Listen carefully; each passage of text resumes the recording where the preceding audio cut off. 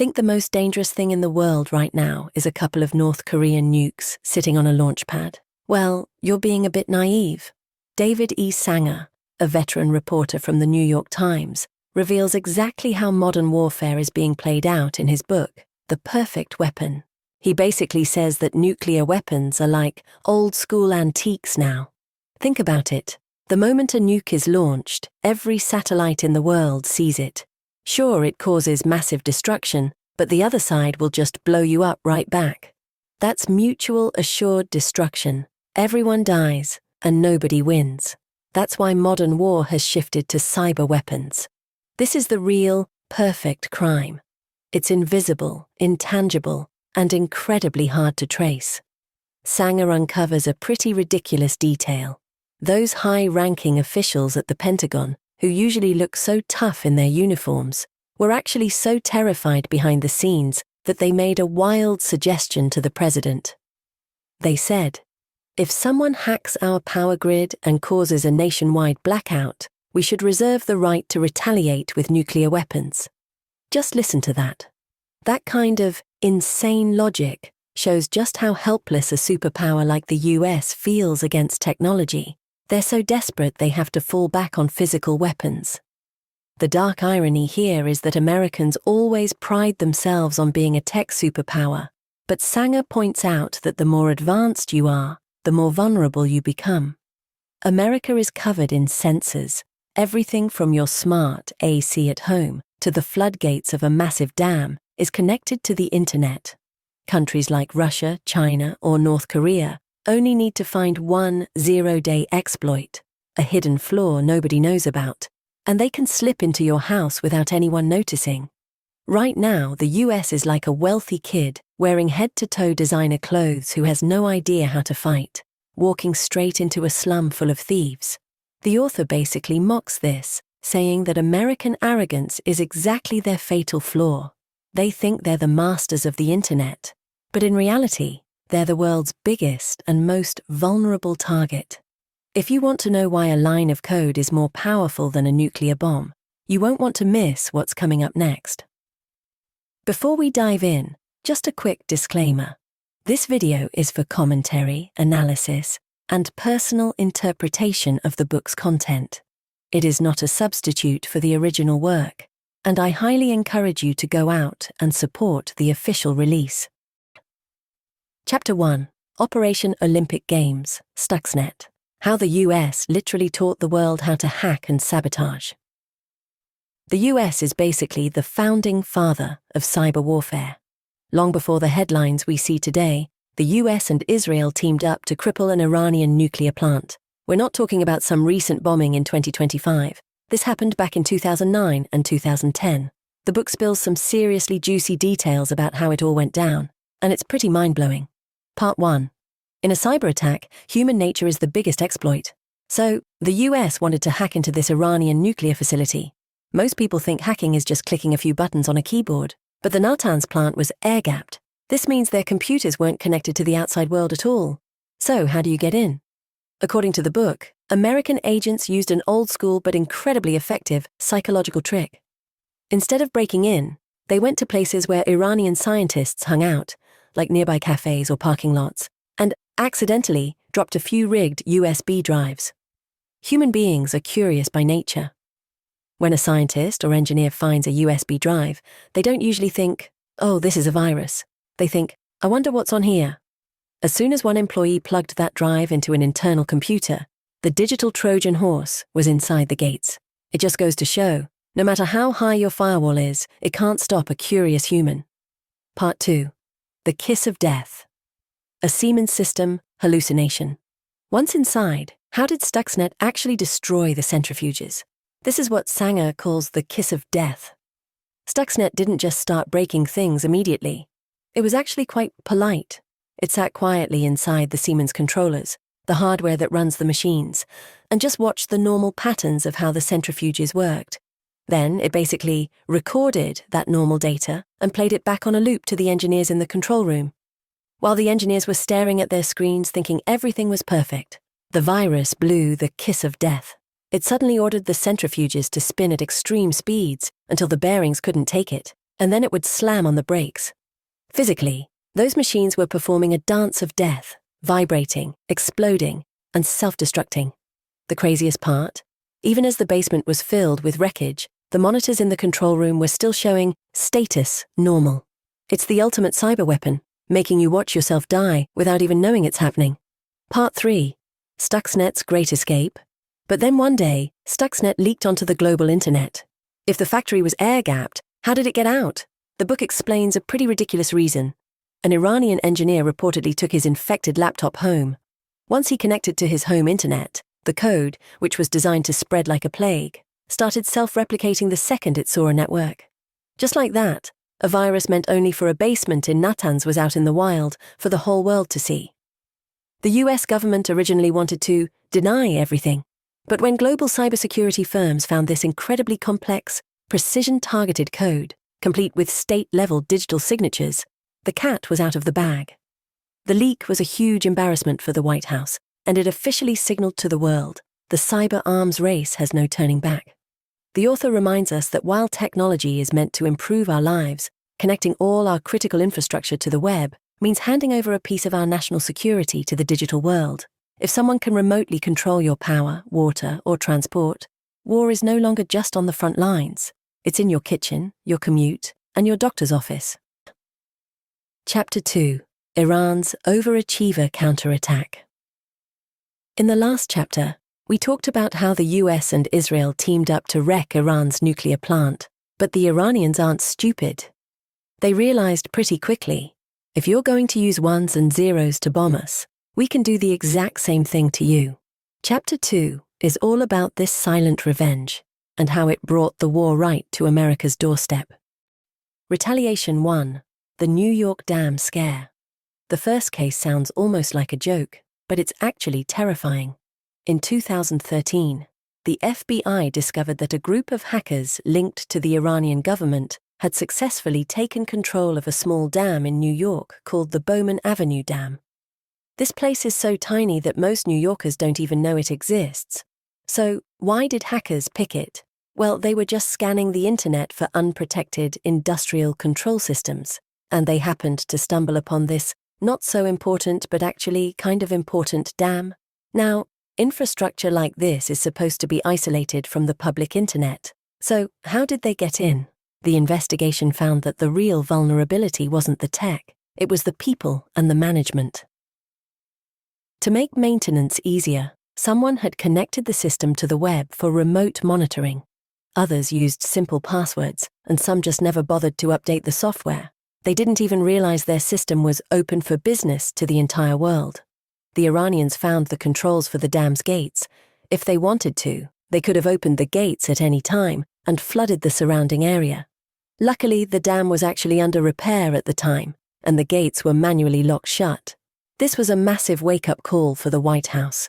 If hackers can control a tiny dam, they can control the gates of the entire New York power grid or the city's water supply.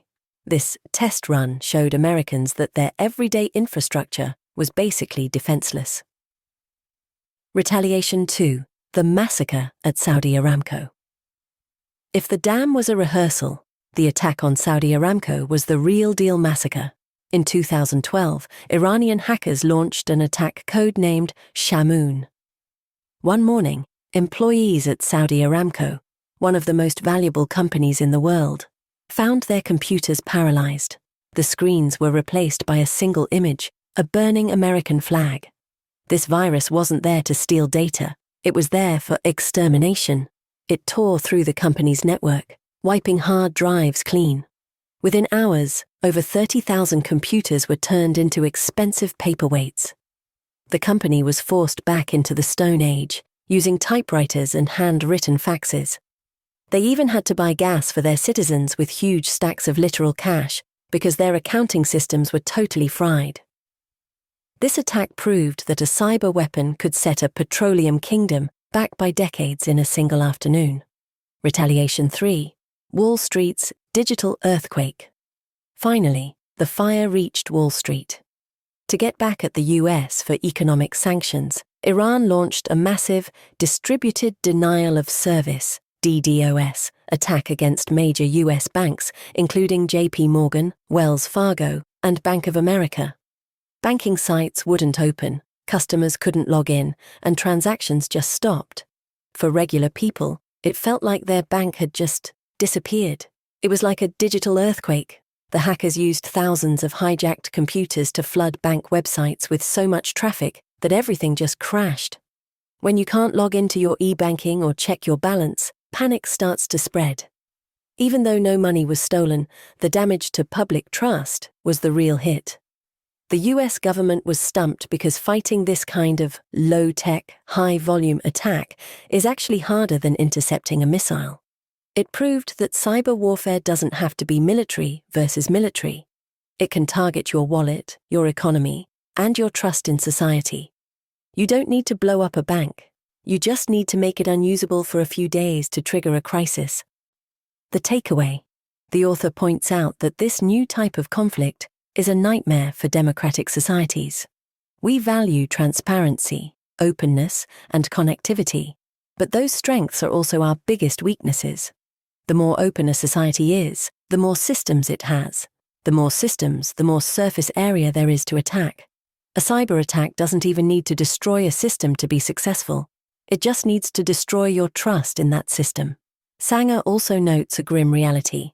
The defenders usually don't even know they're under attack until everything breaks. The dam breach was found during a routine log check. The bank attacks were only noticed when customers complained, and the oil company realized it was hacked only after the system died. In other words, in modern conflict, you can't really prevent an attack. You can only try to clean up the mess afterward. The point isn't to cause panic, but to remind us we are addicted to the network, and that addiction makes us fragile. When water, power, finance, and transport all become just data, national security is no longer just the Army's job. It's the responsibility of every engineer, IT manager, and everyday user.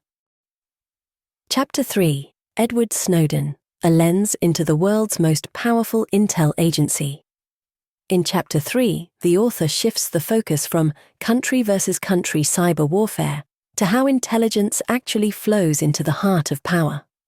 While the first two chapters were about massive systems and national-level defense, this chapter gets a bit more real. It shows us that the things changing the game aren't always high-tech weapons. Sometimes it's just a credit card, a cheap piece of software, or a tiny memory card you'd probably overlook. The author starts by pointing out a major shift. Intelligence gathering has become democratized. In the past, stealing state secrets required elite spies and high-risk undercover ops. Today, if you have an internet connection and a bit of technical know-how, you can use everyday tools to do things that used to be reserved for top-tier government agencies. Part 1. The Cheap Spy Machine. How an IT guy stripped the NSA bare. The first case is the story of Edward Snowden, an ordinary IT contractor who basically undressed the National Security Agency, NSA. Snowden didn't use some alien technology. He used a commercial software called a web crawler that you can buy online for about $100. Usually these are used by businesses to automatically gather data from websites. But Snowden set his crawler loose inside the NSA's internal network. It worked like a silent digital vacuum cleaner, running day and night, quietly sucking up top-secret documents, classified plans, and even surveillance lists of world leaders. The crazy part? Nobody at the NSA noticed the massive data flow because they trusted their own employees way too much. It's ironic. A tool designed for market research and data analysis became a superpower-level spy machine just by being in the wrong place. Part 2. The Miracle of the Micro SD Card. The second case feels like something straight out of a spy movie. The author describes how Snowden was allowed brief access to a highly classified facility.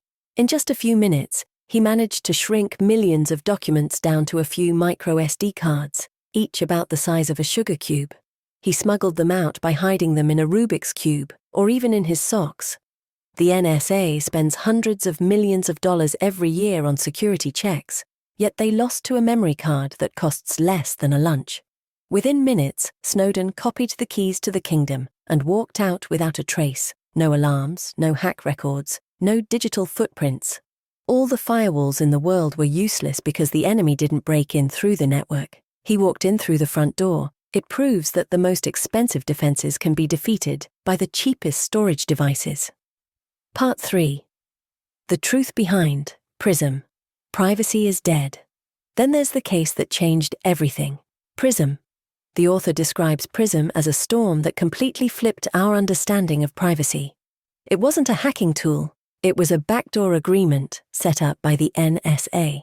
Through this program, the US government got direct access to the servers of 9 tech giants, including Google, Facebook, Apple, Microsoft, and Yahoo. The NSA didn't need a search warrant for every person.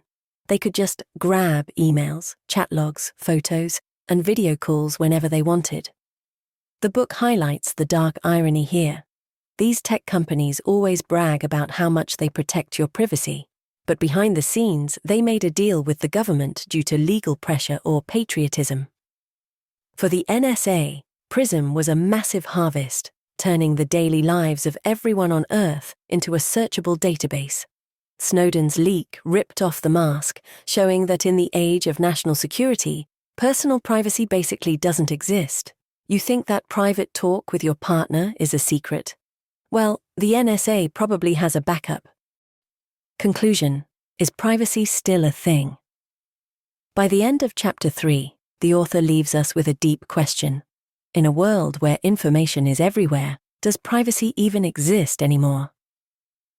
This chapter is a turning point in the book. It moves from state versus state warfare to a new kind of power, one that seeps into our systems, our data, and our private lives. War isn't happening in some far-off land anymore. It's happening right inside your browser, your phone, and your cloud account, silently, constantly, and without a sound. That's all for today's introduction. If you're interested in this book, be sure to tune in to the next episode.